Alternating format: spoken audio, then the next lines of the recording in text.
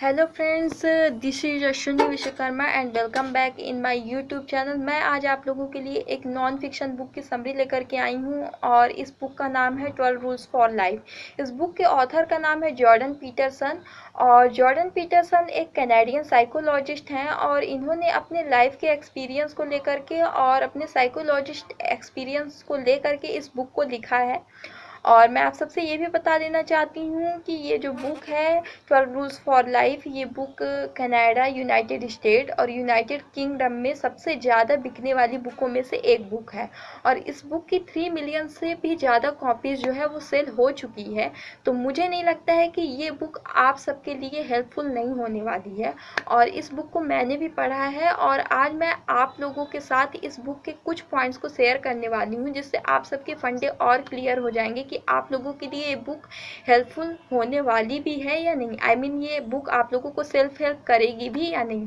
तो चलिए हम वीडियो को स्टार्ट करते हैं, लेकिन वीडियो स्टार्ट करने के पहले मैं आप सबसे यही कहना चाहूँगी कि अगर आप सब मेरे चैनल पर नए हो तो मेरे चैनल को सब्सक्राइब करना बिल्कुल भी ना भूलिएगा और अगर आप सबको मेरी वीडियो अच्छी लगे तो मेरी वीडियो को लाइक और शेयर करना बिल्कुल भी ना भूलिएगा।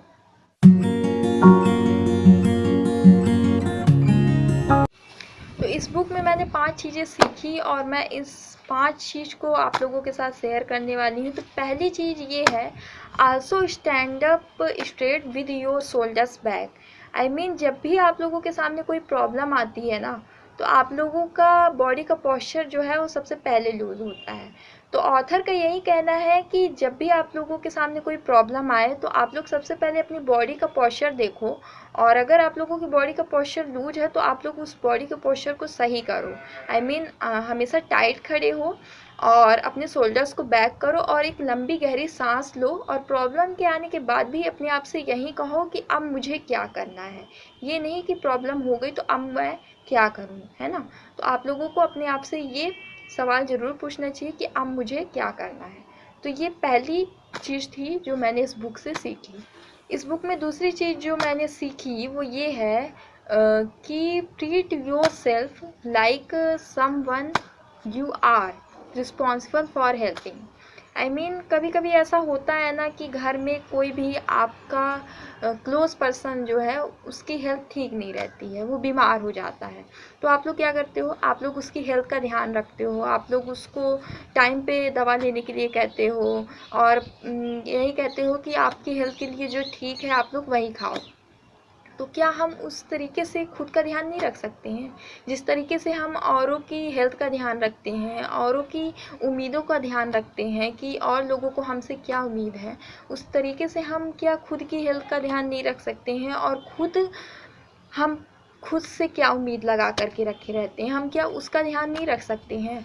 तो ऑथर दूसरी बात यही कहना चाह रहे हैं इस बुक में कि हमें दूसरों का तो ध्यान रखना ही है, उसके साथ साथ हमें खुद का भी ध्यान उसी तरीके से रखना चाहिए जैसे हम औरों का ध्यान रखते हैं, अपने फैमिली के जो लोग क्लोज हैं उनका ध्यान रखते हैं, उसी तरीके से हमें खुद का भी ध्यान रखना चाहिए। तीसरी चीज़ जो मैंने इस बुक से सीखी वो ये है, always make good people to friend that is want the best for you. I mean author का यही कहना है कि जब भी आप लोग किसी भी व्यक्ति को अपना दोस्त बनाओ तो ये जांच और परख लो कि क्या वह व्यक्ति वाकई में आपकी दोस्ती के लायक है भी या नहीं। नहीं तो ज़्यादातर होता क्या है कि हम किसी गलत व्यक्ति को अपना दोस्त बना बैठते हैं और वो ऊपरी लेवल पर तो कहता है कि हम आपके लिए ये कर सकते हैं वो कर सकते हैं, बट जब करने की बारी आती है तो वो कुछ भी नहीं करते हैं। तो ऑथर का यही कहना है कि जब भी हम किसी को भी फ्रेंड बनाएं तो हम उसको समझ लें अच्छे तरीके से और फिर उसके बाद उसको अपना फ्रेंड बनाएं।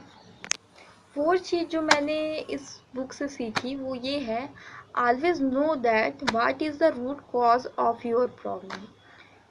फॉर एग्ज़ाम्पल जैसे कि आपके घर में कोई व्यक्ति है और वो आपको लगातार बोलता ही रहता है, मतलब कि उसका बेसिक नेचर ही है आपको कुछ ना कुछ बोलते ही रहना। तो प्रॉब्लम आपको लगेगी कि बाहर है या उस व्यक्ति में है, तो ये सॉल्यूशन नहीं है, है ना।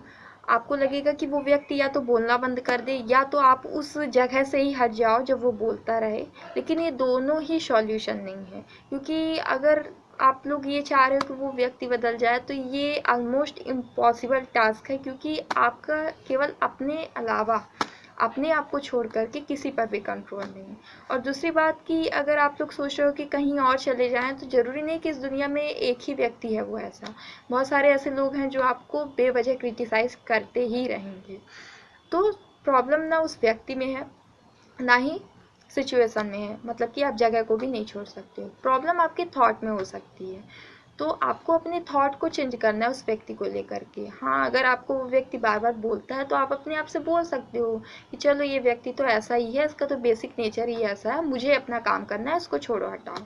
तो ये 4th पॉइंट है जो मुझे काफ़ी अच्छा लगा।